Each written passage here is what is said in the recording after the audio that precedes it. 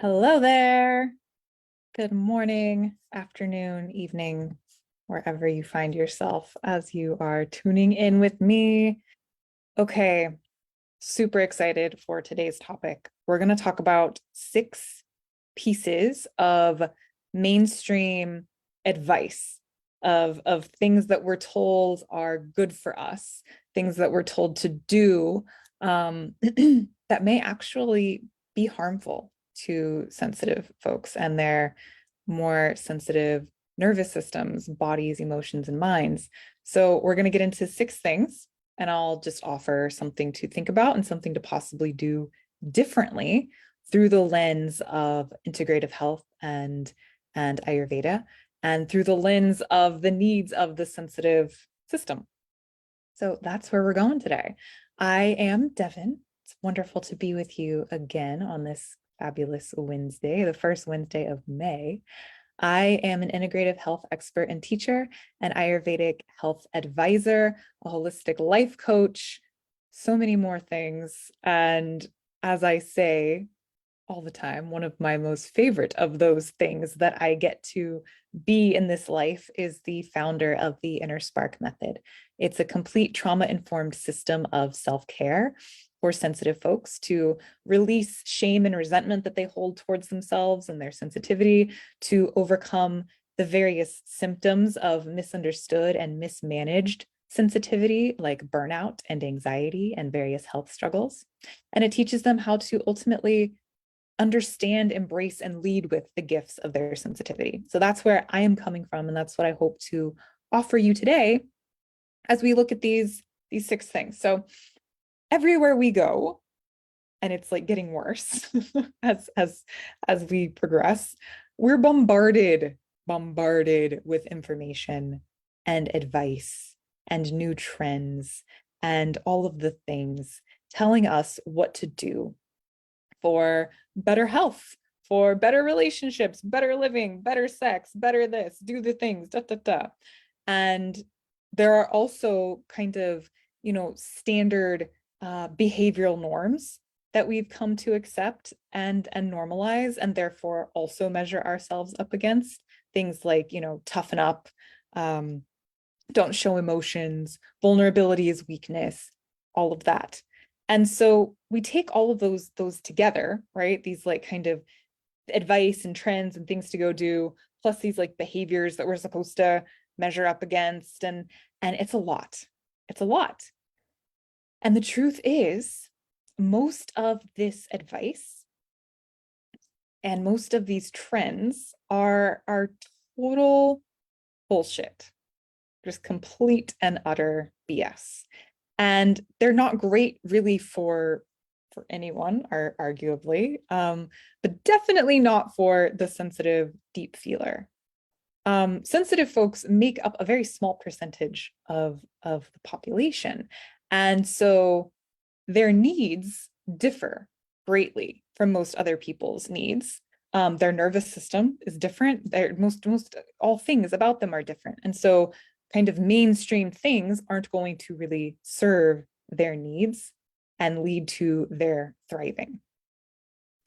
And, in trying to follow these things, we're actually stressing our systems out even more and creating more of those symptoms of misunderstood and mismanaged sensitivity that I spoke to. So things like anxiety and burnout and overthinking and overwhelm, and also driving us to do the things like people pleasing and trying to kind of somehow prove that, like, oh, we're good, we're not, I'm not too weak, I can like do the things, I can handle it, so like let me put more things on my plate.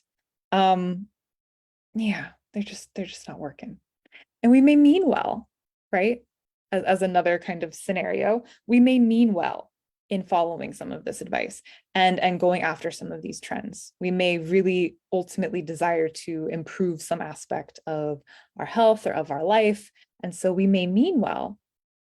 And then when things don't work, we may also find that like we feel worse because we're doing something wrong, when really it was just nonsensical advice that wasn't ever going to work for us.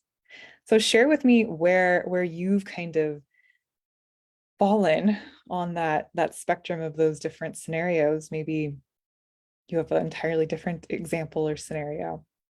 I wanted to offer that as kind of a context of the things that we're talking about. And now we'll get into the things. Like I'm just mysteriously talking about the things. So let's talk about these 6 specific things. And let's not say things anymore, right? It's a lot of things in a short amount of time. I need a thesaurus, more words for things.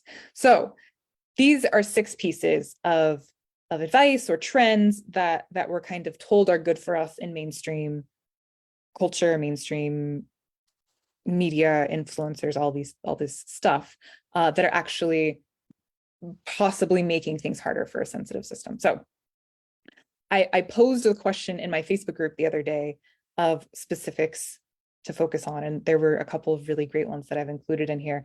And the first one is one of those. So I had a specific request for gut health in the Facebook group.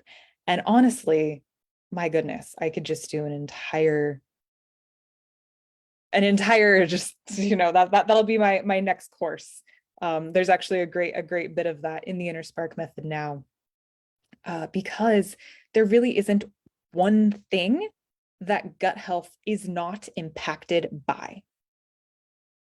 I really want you to like hear me. There is not one thing that does not impact gut health.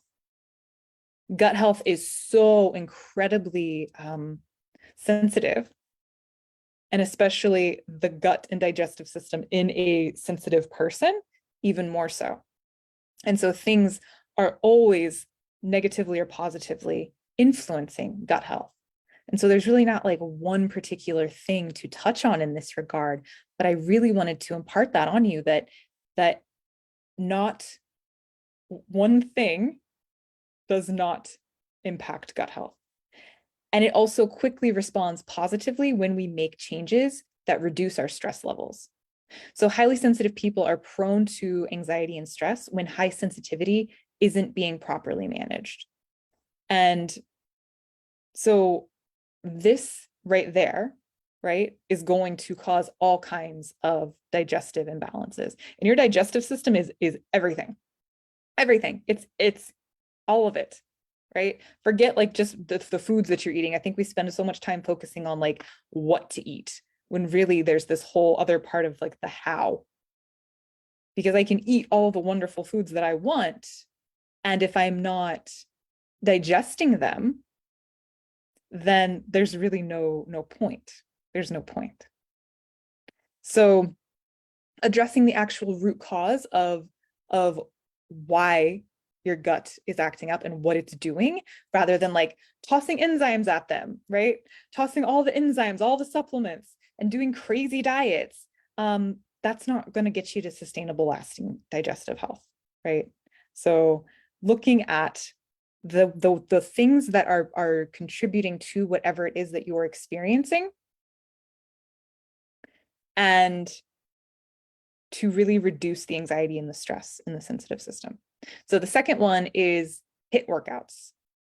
These more high intensity, more is more is better, no pain, no gain, and just kind of a lot of movement, a lot of high intensity movement, a lot of impact on the joints and on the body. This can contribute to overstimulation and unnecessary stress, which is going to increase anxiety, which is going to also impact your ability to sleep well. And when we're not resting deeply, right, the sensitive system is going to be even more prone to feeling overwhelmed, burnt out, anxious, and oh, by the way, gut health is also going to suffer. And so that's not to say, none of this is like blanketed, right? Like I'm a highly sensitive person, so I cannot do HIIT workouts and I will never do HIIT workouts. None of that is what I'm saying for any of these. I'm simply offering invitations of different ways to think and to really ultimately feel your own body, your own nervous system on a day-to-day basis and what is needed then, versus, oh, I heard this thing. It's great to do HIIT workouts, 3 times a week for 20 minutes, and this is what I'm going to do. Like, no, because you're not a robot. and you're changing and you're different. And if you're dealing particularly with things like burnout and anxiety and health issues, then most of these things are probably not working for you and will not work for you, at least for the time being, if not ever. And that's cool. So things to do differently could be gentler approaches. If your workout is not leaving you feeling better when you're done with it than when you began, probably not being helpful. Probably not being helpful. The third thing is caffeine and alcohol consumption, right? Like, how normal have we made both of these things? Caffeine and alcohol consumption. I mean, geez, everywhere you go, you can get coffee, but like, maybe not tea. Everywhere you go, you could probably get alcohol, right? At least a beer or a wine. And it's so normalized and accepted. You're definitely an oddball if you are not a coffee or an alcohol drinker. It's funny. I haven't had coffee in, goodness, maybe at least 10 years. And it kind of will like trip people up. And then they also learn that I don't drink, and they're just like, what are you? Well, somebody who's not into those things and practices cause and effect. And when I do those, I do not feel well, so I don't do it. Herbal teas, right? And just plain old-fashioned warm water are ideal substitutes. Avoid ice cold water. Back to the gut health thing. Ice cold anything. Not doing yourself any favors. So some warm water. And, as another thing to add for alcohol, it can be, and tell me if this is your experience. I know it was mine. I've talked about, I was definitely a very high functioning alcoholic for much of my early life, when I really did not understand my high sensitivity or what was wrong with me. I thought there was just something wrong with me. And so alcohol was my coping agent to numb the senses, to be able to like deal with the world and to people. And I see that a lot in my clients and in people that I've worked with, is that it's kind of this numbing or coping agent. It's the same thing with other substances as well, marijuana usage. And over time, it can actually make the symptoms of mismanaged sensitivity that I mentioned way worse. Because part of being in a sensitive system is to accept it, right? Accept that this is where we are, this is who we are. And to have systems in place that let you digest your experiences, that let you feel, that let yourself like kind of discharge and like find you again, because we're taken in so much. And so if we're constantly kind of numbing that to cope with something like alcohol, substances, whatever, all of that is still there, right? We've just created this backlog. Back to the gut health, to use a kind of metaphor, it's like we're going to be sensorially making up words, sensorially, our senses, like sensorially constipated. If we're not digesting and processing and releasing these things, then like they're still going to be there. They're still going to be inside. And we've just been like numbing them and covering them and doing all of this stuff to avoid them, but they're still there. All of that we've input or received, rather, all we've received has to be digested. So we can think about like, we're honestly, as sensitive people, kind of just like literal and energetic digestive systems, right? So we digest like the things we put into our mouth. There's that gut health thing. And this is why sensitive people tend to have gut health problems. If that's you, let me know. I've never met one that didn't have digestive problems ever. So if that's you, I want to, you're a unicorn. I want to meet you. But we also have this kind of energetic digestive system as well that needs to be tended. So if we're throwing the things at it, like alcohol or caffeine, and not giving ourselves space, even if we're just living like a modern life where we're not stopping, and digesting, it's there. Constipation energetically.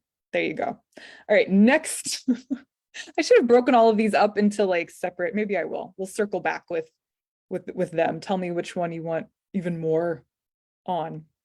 So the next thing is multitasking, right? Multitasking, it's praised as this like valuable skill, right? Like, oh, I can multitask. I can do all the things. Watch TV and listen to music and be writing a paper and like talking to somebody and multitask and doing all the stuff. And that is like the fastest way to sensed out overstimulation and anxiety and stress and overwhelm. And it reduces your productivity overall. And the thing with highly sensitive people is most of them, and again, this is not sweeping, most of them have more of that expansive kind of air energy in their constitution. For those of you that speak Ayurveda, there's more vata in their system.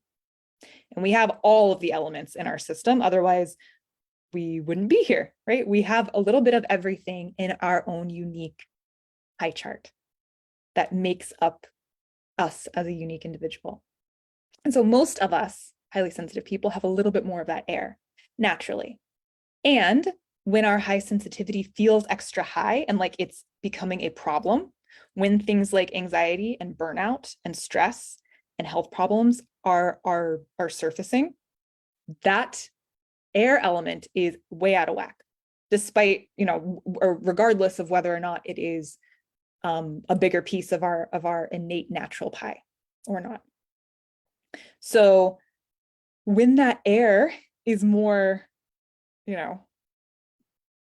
on display, more prominent, we're going to be driven and more interested in doing the things that make it increase more, right? It like kind of starts to feed on itself. It wants more of itself. So like we're going to be prone to multitasking. We're probably going to be more creative. We're going to like want to go do the things and then wonder why at the end of the day, we're just super sensed out and anxious and overstimulated.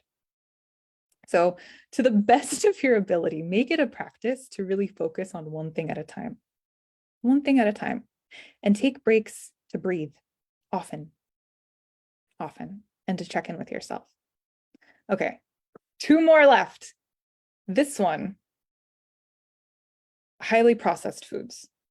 So for a couple of reasons. One, the chemicals and preservatives in them can really kind of hit us harder than most all people. I mean, these aren't good for any people at all. But it's a little bit more challenging and taxing for a sensitive system, and also horrible for gut health. Additionally, in packaged and processed foods, there's a complete lack of life force energy. So food is intended to be life force energy that replenishes your life force energy and helps you to heal and live well and feel wonderful and radiant and enjoy your life. And with chemicals and preservatives and this like lack of life force energy that's in the food, highly processed stuff from a lab and from a package is not doing yourself any favors. And again, it's so sad how normalized and common that is today. I mean, even going to restaurants, they're not like making the stuff fresh. It's coming from packages, and then they're putting it on a plate and charging you lots of money for it. So food is a really wonderful way to directly influence your physical, emotional, mental, spiritual, relational well-being so quickly, so directly. So really opting for whole, real, single ingredient foods that don't come from labs. Labs don't have your best interest in mind, right? These companies, they have profits in mind, not the health of the people or of the planet or the needs of a highly sensitive system. So keeping these things simple. Remember, you're digesting a lot all the time through your senses. So keep what goes in here nice and simple. Okay, last one, we did it. This was another request from the Facebook group. it was meditation. And so, in my maybe unpopular opinion, I feel, and in my experience, that many common meditation styles and kind of new agey spiritual philosophies that encourage like ascension and really expanded states are disorienting to a highly sensitive system. There's nothing wrong with that. You know, this is your everybody's path to themselves and their spirituality is highly personal. I'm not here to say like one is better or worse, or don't do this or don't do that. Again, everything I'm offering are just invitations to sensitive folks to think about things differently and to relate to themselves and their systems a little differently. So with these kind of disorienting, really expansive styles, I mean, think about what we were talking about a little bit ago. That's a way to really get like more of that air element, more of this like expansion. And if you're dealing with things like feeling really ungrounded, feeling overly sensitive, you know, emotions all over the place, highly stressed, anxious, more than likely that's like the last thing that your system needs at that point. So turning more to practices that are a little bit more grounded and tangible, and gentler, like really connecting with nature and practicing the art of seasonal living, walking meditations, body scans, tracking sensations in the body, and various other somatic practices can be really great to kind of bring yourself back into yourself rather than focusing so much on like the out expansion, ascension, all that other stuff, which again, great, like, and maybe in a different time. But if you're actively dealing with the symptoms and challenges of mismanaged sensitivity, those might not be the best things for you. Imagine, you know, gathering yourself back into yourself and in. So like really bringing in that like earth, ground element, being in the body, feeling your hands, feeling your feet, really feeling sensations. Yeah. We are perceiving so much on a very subtle level that our natural kind of baseline as sensitive folks tends to be much more in the subtle, etherical, airy realms naturally. Like we don't really need to practice that or to like really, you know, get more of it. So turning more to grounded things. All right. And those are the 6 that I wanted to offer you today. We did it. Yes, doing my happy dance. That is what I have. And I would love to hear how you support your sensitive system, how this landed with you, if you have any questions, if you want more information on things I have shared. I'm also curious how you stay close to your actual needs and block out the advice and the trends that may actually be counter to your needs and keep you from thriving. And I think for a lot of sensitive people, there is this just kind of deep shame and resentment towards their high sensitivity. And so there can be this like ongoing quest to fix themselves, to toughen up. And so when they're receiving this bombardment of information with all of these trends and this advice, and they're like, oh, cool, because I want to like, I'm on a self-help crusade, and they like do the things. And then when they don't work for them or leave them feeling worse, they internalize it even more. And then more shame and resentment builds. And they're like, well, I did the thing and like, it doesn't work. I feel worse. I'm not doing it right. Rather than like, no, baby, maybe it's just not meant for you, like that thing. Yeah. What is something that would actually benefit your highly sensitive system? So this is something I'm very passionate, as you can tell. I need to breathe. This is all part of what I teach in my signature program, the InnerSpark method. And the InnerSpark method is a whole person, holistic, trauma-informed system for sensitive, deep feeling women to come to understand themselves and their true nature, to let go of that shame and resentment surrounding it. And through an integrative health, Ayurvedic, and energetic perspective, complete with a variety of tools, including integrative somatic trauma therapy and nervous system loving. The InnerSpark method teaches sensitive folks how to embrace, safeguard, and lead with the gifts of their sensitivity. They teach you how to establish daily habits of appropriate self-care aligned with nature's rhythms so that you may easily, joyfully, and confidently thrive for life, because you can and you must. Sensitive people are going to save the world. So let's get to it. You can learn more at theinnersparkmethod.com, and I will see you next time. Thank you so much for tuning in.